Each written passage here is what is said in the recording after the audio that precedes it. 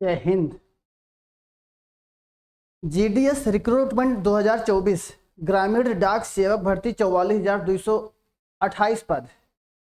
आज हम लोग यहीं पर बात करब कि यह प्रोसेस तो इस सबका पता चल गया है कि 44,228 पद आए गए हैं, लेकिन ई बच्चना कैसे पता चले कि ये का जो मेरिट लिस्ट तैयार हुई वो कैसे हुई हैं, इसका आधार का हुई। ये तो सब जानत है कि मेरिट लिस्ट से हुई, पेपर तो हुई ना। तो आइए हम लोग आज बात करित है, ठीक है। देखिए ये जो डेट है इसका शुरू कब से है, 15 जुलाई 2024 से। लास्ट डेट कब है, 5 अगस्त 2024। इससे पहले जो है आप फॉर्म भर लियो, नहीं तो काम खलास, ठीक। और जो इसका एक करेक्शन डेट है, अगर आप जो है गलती से अपने फॉर्मवा में गलती कर देते हो कि भैया नाम बाबूलाल है, स्पेलिंग एक गलत, तो काम खत्म, खल्लासे हुई जाइए ना। तो ये जो इसका जो है करेक्शन डेट है वो है 6 अगस्त से 8 अगस्त के बीच, ठीक। लेकिन अपनी तरफ से कोशिश करो कि जो उन्हें गलती ना हुए, ठीक। और इसकी उम्र का है 18 से 40। रिजर्वेशन कोटा आपको पता है, नहीं पता तो देखो। SC ST के लिए 5 साल है, OBC के लिए 3 वर्ष और EWS के लिए कुछ छूट नहीं है, जबकि डिसेबिलिटी के लिए 10 साल, जबकि अगर OBC का डिसेबिलिटी से जुड़ा हुआ है तो 13 साल, जबकि SC ST का डिसेबिलिटी से जुड़ा है तो 15 साल, ठीक। क्वालिफिकेशन का है इसका कंप्यूटर चलाना आता हो, ठीक है। इसका प्रमाण पत्र होना चाहिए, कोनो बहुत बड़ी बात नहीं ना, SSC या छोटा मोटा प्रमाण पत्र हुएगा चाहिए, ठीक। साइकिल चलाना दुनिया जानती, ठीक। 10वीं पास होना चाहिए किसी भी बोर्ड से, English medium, Hindi medium, Allahabad board, CBSE, ISC, इससे कुछ लेना देना नहीं।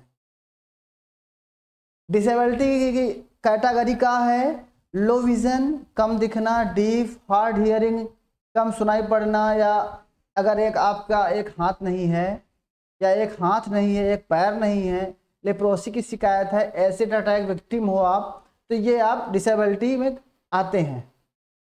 सिलेक्शन क्राइटेरिया का है, इसका है जो मेरिट लिस्ट से है। मेरिट लिस्ट हमने बताया आपको कि ग्रेड पॉइंट के आधार पर इसका मेरिट लिस्ट तैयार किया जाएगा, जिसमें कि आपकी मार्कशीट में दिखता होगा ना कि इंग्लिश के सामने आपने नंबर ज़्यादा प्राप्त किया है तो A1 दिया है, गणित में कम प्राप्त किया है तो B1 दिया है, इस तरह से है ना। मार्कशीट में दिया होगा भैया कि A1 ग्रेड B1। अब इसमें तो फर्स्ट सेकेंड थर्ड तो आता नहीं, ग्रेड से आता है ना।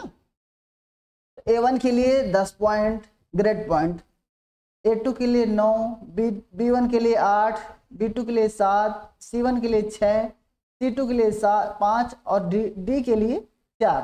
जबकि मल्टीप्लिकेशन फैक्टर जो है वो 9.5 का होगा।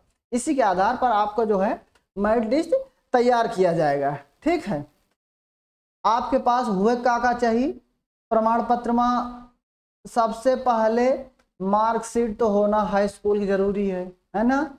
आइडेंटिटी प्रूफ मतलब आधार कार्ड हुए चाहिए, पहचान पत्र हुए चाहिए, राशन कार्ड हुए चाहिए, ये सब चीज़ें हैं। कास्ट सर्टिफिकेट मतलब जैसे आप जाति प्रमाण पत्र बनवावे जाते हो ना, वह चीज़ हुए चाहिए। OBC SC ST जनरल के तो प्रमाण पत्र होता नहीं है जनरल का, जैसे कि सामान्य वाले हैं वो ब्राह्मण, ठाकुर, छत्री हैं, वो वैश्य, ये करके।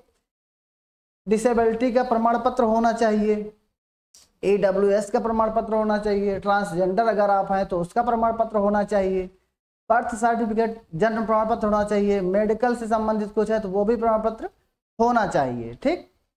और ब्रांच पोस्ट मास्टर के लिए जो सैलरी होगा वो 12,000 से 29,380 के इर्द गिर्द होगा, ठीक है।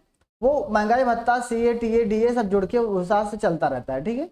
असिस्टेंट ब्रांच पोस्ट मैनेजर का 10,000 से 24,400, और तीसरी है डाक सेवक, इसका जो है अभी हमें लिंक में कुछ वेतन दिख नहीं रहा है, तो अपना जो है सरकार निर्धारित करेगी इसके विषय में। तो मेरा कहने का मतलब ये है कि आपका मेरिट लिस्ट तैयार होगा। अगर आपका मेरिट बहुत कम है तो एक बार प्रयास कर लीजिए, क्योंकि जो मेरिट जाती है तो इसमें जो है शार्ट लिस्ट करके बुलाया जाता है, ठीक है ना। तो अपना जो है इसको अपने हिसाब से देख लो। मेरिट लिस्ट इसी तरह तैयार होती है। बस आज के लिए बस इतना ही, और अगला जो प्रोसीजर होगा उसके विषय में हम लोग बात करेंगे, ठीक है। धन्यवाद।